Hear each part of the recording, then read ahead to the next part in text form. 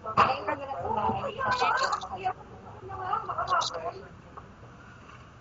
afternoon, Miss Pe. Good afternoon, ma'am. Okay, Miss Pe, can you tell me about yourself? I'm Faye Cañete, 33 years old, single mother with 2 kids. I am a hardworking, disciplined, and God-fearing mom. Okay, I have a few questions for you to answer, so let's start. Why do you want to work as a maid?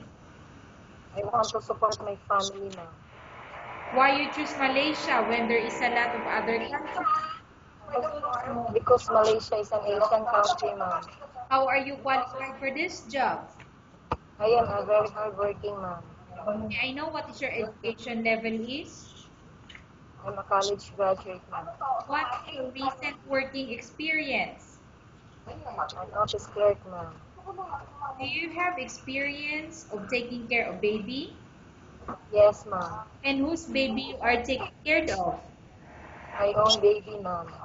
What about elder or older people? Do you have experience taking care of an elder or older people?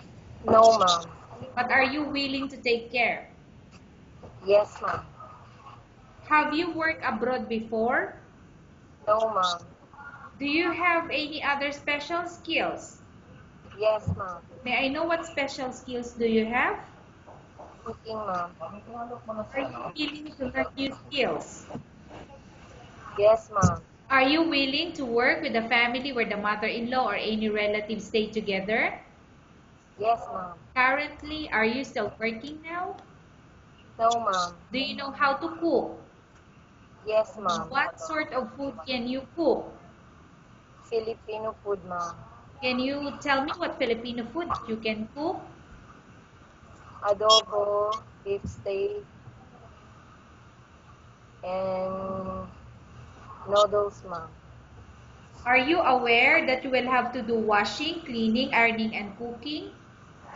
Yes, ma'am. From all the house chores or household work such as cooking, cleaning, ironing, and washing, which do you like most? Cooking, ma'am.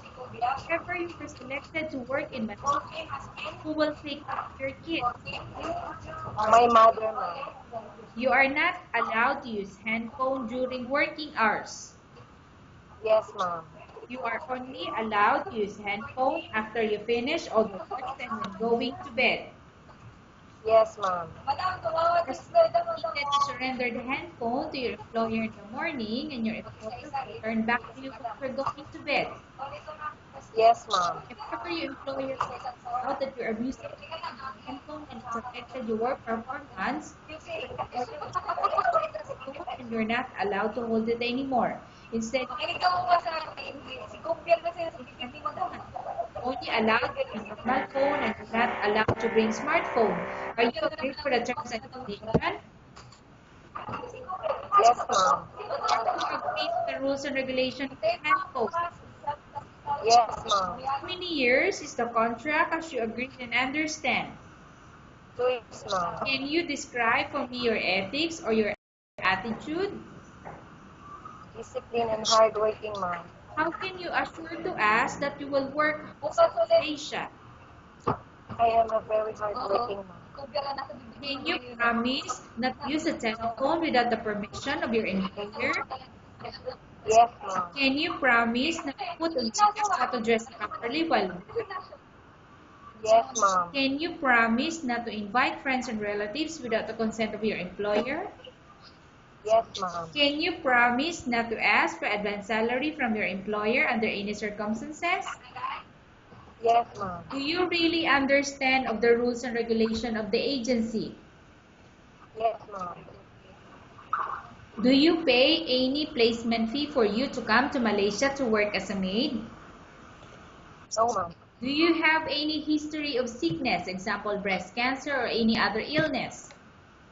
No, ma'am. Do you suffer from any diseases, allergy, or physical defect? Yes, ma'am. May I know what skin diseases or allergy?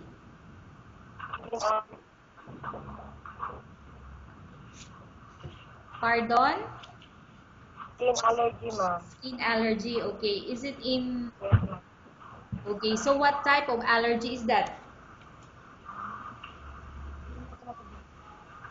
Is it in a food allergy or in... Food, ma'am.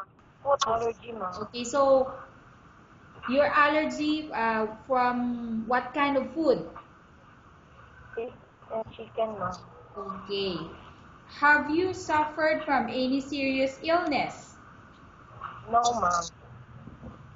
Do you smoke? No, ma'am. Have you undergone any operation? No, ma'am. Are you medically fit? Yes, ma'am. Are you in any medication? No, ma'am. Are you allergic with any food? Yes, ma'am. Okay, may I know what food that you are allergic? Seafoods and chicken, ma'am. Are you prepared to work for the employer of any race? Yes, ma'am. Are you prepared to eat the type of food taken by your employer? Yes, ma'am. Are you afraid of being left alone in the house? No, ma'am. Are you afraid of dogs or other pets? No, ma'am. Can you promise to work according to instruction from your employer? Yes, ma'am. Do you have any immediate family working in Malaysia? No, ma'am. Okay, Miss Faye, we have finished our question section. Let's go to case study. I have a case study for you and I want you to answer me truthfully. Upon arrival in Malaysia within 6 months, if ever any of your family members pass away, what will you do? Will you continue to work till finish your contract or you will go back? I will continue my work till finish my contract, ma'am. Tell us about yourself and why do you want to work in Malaysia as domestic helper? I'm Pekanyati, 33 years old. Okay. Good day, ma'am. Good day, ma'am. Please select me, choose me because I am hardworking.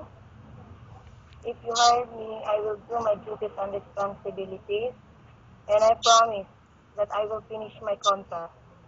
That's all, ma'am. Okay, Miss Fair, what do you want to tell to your employer who watching your video? Good day, ma'am. Please select me and choose me. Thank you. Okay, thank you very much, Miss Fair. We will update your agency if there's any selection made by the employer. Yes, ma'am.